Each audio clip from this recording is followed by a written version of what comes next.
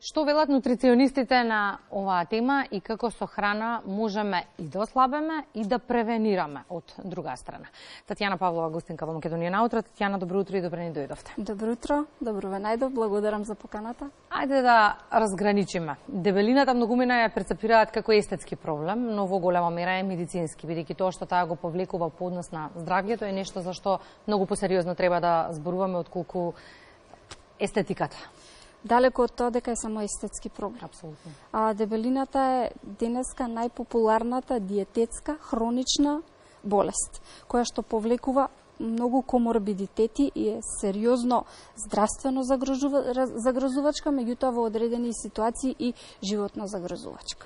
И претходно со доктор Хасан зборувавме за тоа кога треба да се крене алармот, перцепцијата за зголемениот број на килограми, кај сите различна, тука не зборуваме сега за обезност, но која е она тежина која што согласно нели висината треба да ни биде алармантна? Кога треба да почнеме да размислуваме на режим некаков? Секој случај си е индивидуален сам по себе, доколку ги следиме параметрите на body mass индексот или индексот на телесна маса, доколку постои 20% повеќе масно ткиво од она што е потребно, тогаш веќе треба да превенираме. Меѓутоа, првенствено треба да ги видиме причините зошто се појавила дебелината. Точно е дека лошите навики во исхраната и стилот на живење се најголемите причини во денешницата за појава на дебелина, меѓутоа тука постојат и најразлични други фактори, како што се социоекономските фактори, како што се ендокринолошките заболувања, па дури и консумацијата на одредени медикаменти исто така може да представува ризик фактор за појава на дебелина. Би ја спомнала тука и бременоста. Значи, жените во текот на бременоста имаат поголема потреба од енергија, меѓутоа доколку тие навики ги продолжиме и после поредувањето, навистина имаме сериозен проблем да тоа прерасне во хронична дебелина. Она што не плаши во целата оваа приказна е промената на навиките. Да. Тоа најчесто го предизвикува почнувањето на одреден режим на исхрана и сега како тоа да се случи психолошки да не паднеме, бидејќи и тој момент е многу важен, и како од друга страна тој моментален режим на исхрана да стане универзално правило на живот? Првенствено, доколку навистина прифатиме дека се соочуваме со сериозна ситуација.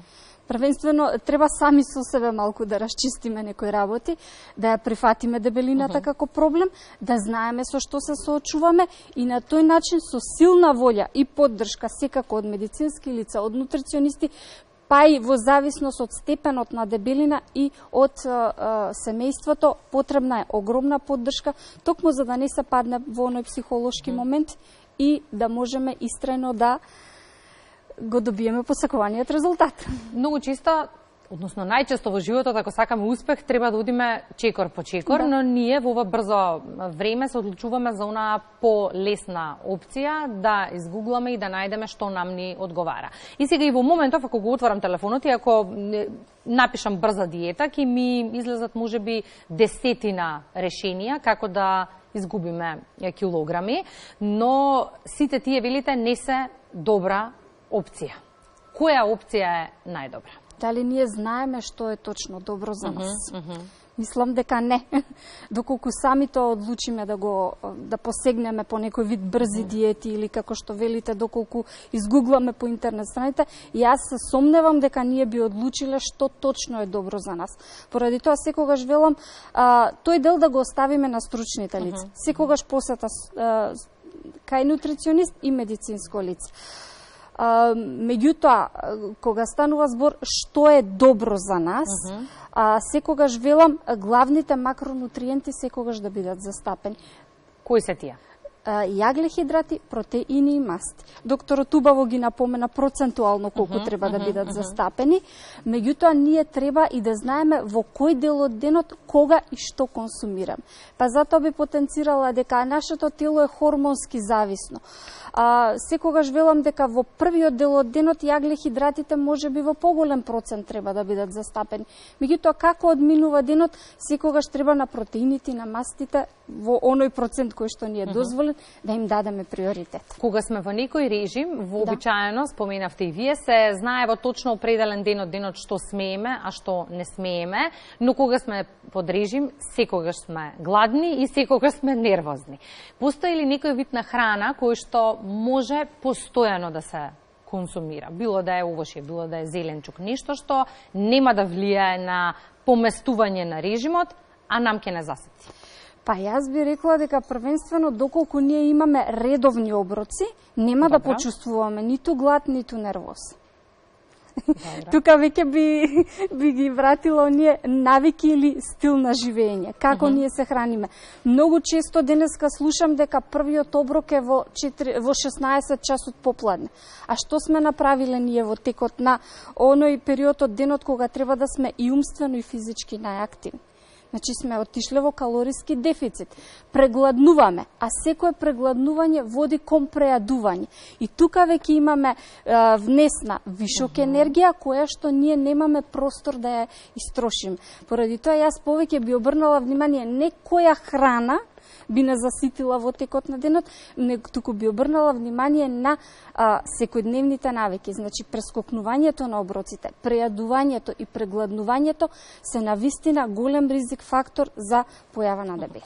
Би сакала малку да проговориме и за децата. Да. И предходно ги споменавме со доктор Хасан во контекст на тоа дека одраѓањето може би е балкански менталитет во прашање, но сметаме дека ако детето е слабо, дека е болникаво, но од друга страна, ако е со поголема килажа, дека тоа е одраз на здраво и силно дете.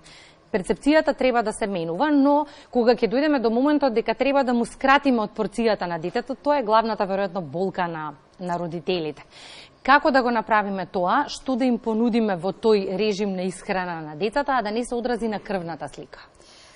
Вака, прво ние треба да знаеме колкави нутритивни потреби имаат децата. Кај децата вообичаено максимум пред адолесцентниот период, велам, откако ќе почнат да одат во градинка па до средно училиште некаде, значи потребата од калории е околу 1000 калории. Ние секогаш тука детето да не е гладно, се стремиме да му дадеме повеќе храна од она што му е потребно. Велам на дечињата не треба ништо да им кратиме. Меѓутоа, не секојдневно да внесуваат високо процесирана храна, газирани пијалоци и оние сладки закуски од кои што децата не можат да се откажат, значи да не биде тоа секојдневно во исхраната. Може би понекогаш, меѓутоа не секој ден во исхраната и секогаш треба да ја знаеме количината. Клучот е количината. Значи, од малку никој не може да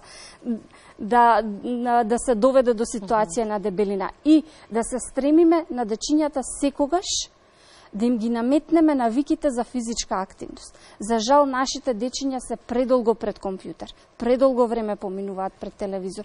Физичката активност е речиси сведена на минимум. Значи, доколку сето она што го внеле во текот на денот имаат начин како да го истрошат, не може да се доведе до дебелин.